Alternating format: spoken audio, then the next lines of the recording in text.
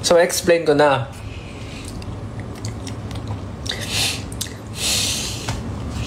Hindi pala siya pempek.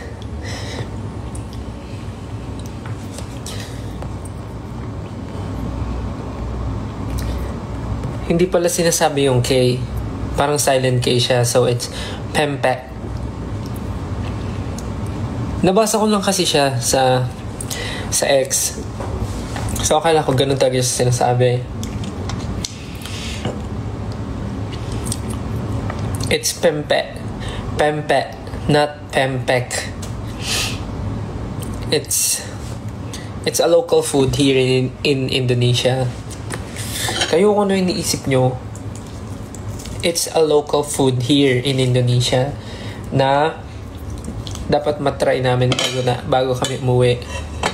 So, tomorrow maghahanap ako ng masarap na pempek.